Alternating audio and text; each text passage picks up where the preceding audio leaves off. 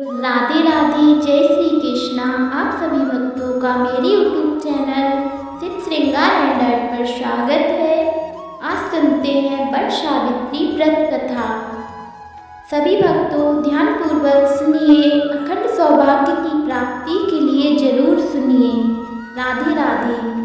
भद्र देश के एक राजा थे जिनका नाम अश्वपति था।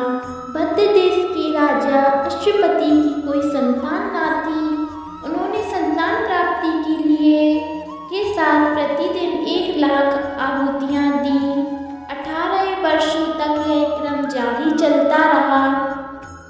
इसके बाद सावित्री देवी ने प्रकट होकर वर दिया कि हे राजन, तुझे एक तेजस्वी कन्या पैदा होगी।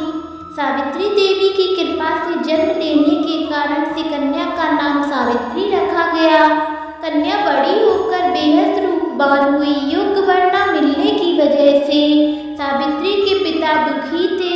उन्होंने कन्या को स्वयंवर तलाशने को भेजा। सावित्री तपोवन में भटकने लगी। वहाँ स्वर्ग देश के राजा धुमसेन रहते थे।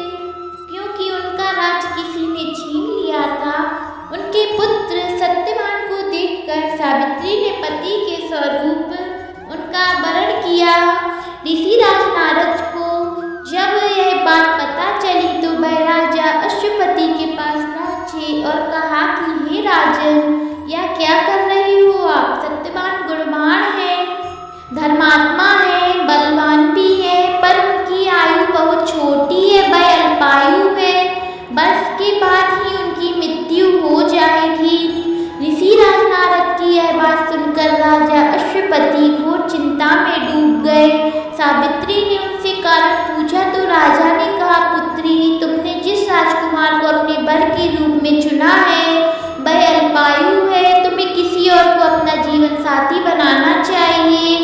इस पर सावित्री ने कहा कि हे पिताजी, आर्य कन्याएं अपने पति एक बार ही वरण करती हैं। राजा एक बार ही आज्ञा देता है और पंडित एक बार ही प्रतिज्ञा करते हैं और कन्यादान भी एक ही बार किया जाता है। सावित्री हट करने लगी और बोली, मैं सत्यवान से ही विवाह करूंगी। राजा अश्वपति ने सावित्री का व्रत सत्यवान से कर दिया। सावित्री अपने ससुराल पहुँचते ही सास ससुर की सेवा करने लगी। समय जैसे जैसे बीतता चला गया, नारद मुनि ने सावित्री को पहले ही सत्यवान की मृत्यु के सारे ही दिन बारे में बता दिया था। वह दिन जैसे जैसे करीब आने लगा, सावित्री अधीर होने लगी। उन्होंने 3 दिन पहले से ही उपवास शुरू कर दिया। नारद मुनि द्वारा कथित निश्चित तिथि पर पितरों का पूजन किया। हर दिन की तरह सत्यवान उस दिन भी लकड़ी काटने जंगल चले गए।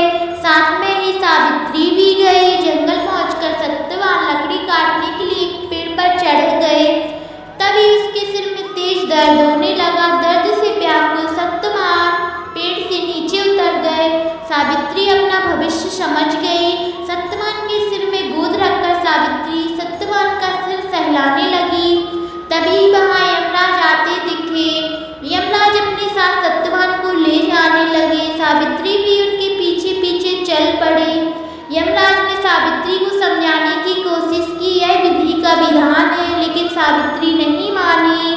सावित्री की निष्ठा और पति परायणता को देखकर यमराज ने सावित्री से कहा कि हे देवी, तुम धन्य हो, तुम मुझसे कोई भी वरदान मांगो। सावित्री ने कहा कि मेरे सास ससुर वनवासी और अंधे हैं, उन्हें आप दिव्य ज्योति प्रदान करें। यमराज ने कहा, ऐसा ही होगा, जाओ अब लौट जाओ। लेकिन सावित्री अपने पति सत्यवान के पीछे चलती रही। यमराज ने कहा, देवी तुम वापस जाओ। सावित्री ने कहा, भगवान, मुझे अपने पति देव के पीछे पीछे चलने में कोई परेशानी नहीं है। पति के पीछे चलना मेरा कर्तव्य है। यह सुनकर उन्होंने फिर से उसे एक बार मांगने को कहा। सावित्री बोली, हमारे ससुर का राज्य छिन गया है, उसे पुनः वापस दिला दे।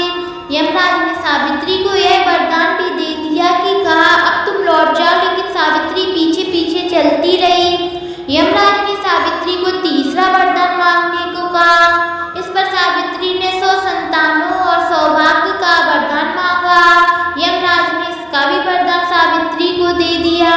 सावित्री ने यमराज से कहा कि हे प्रभु, एक पतिव्रता पत्नी हूँ, आपने मुझे पुत्रवती होने का आशीर्वाद दिया है। यह सुनकर यमराज को सत्यवान के प्राण छोड़ने पड़े। यमराज अंतर्ध्यान हो गए और सावित्री उसी वटवृक्ष के पास आ गई जहाँ उसके पति का मृत शरीर पड़ा था। सत्यवान जीवंत हो गया और दोनों खुशी खुशी अपने राज्य को चल पड़े।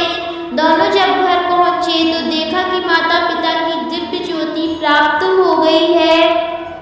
इस प्रकार सावित्री सत्यवान चिरकाल तक राज्य सुख भोगते रहे। अतः पतिव्रता सावित्री के अनुरूप ही प्रथम अपने सास ससुर का उचित पूजन करने के साथ ही अन्य विधियों को प्रारंभ करें। बट सावित्री व्रत करने और इस कथा सुनने उपवासक के वैवाहिक जीवन या जीवन साथी की आयु पर किसी प्रकार का कोई संकट आया तो वो भी टल जाएगा। बोलिए सर बट सावित्री माता की जय। आप सभी भक्तों को वीडियो अच्छी लगी हो तो चैनल को लाइक, कमेंट, शेयर, सब्सक्राइब जरूर करिएगा। राधे राधे, जय श्री कृष्णा।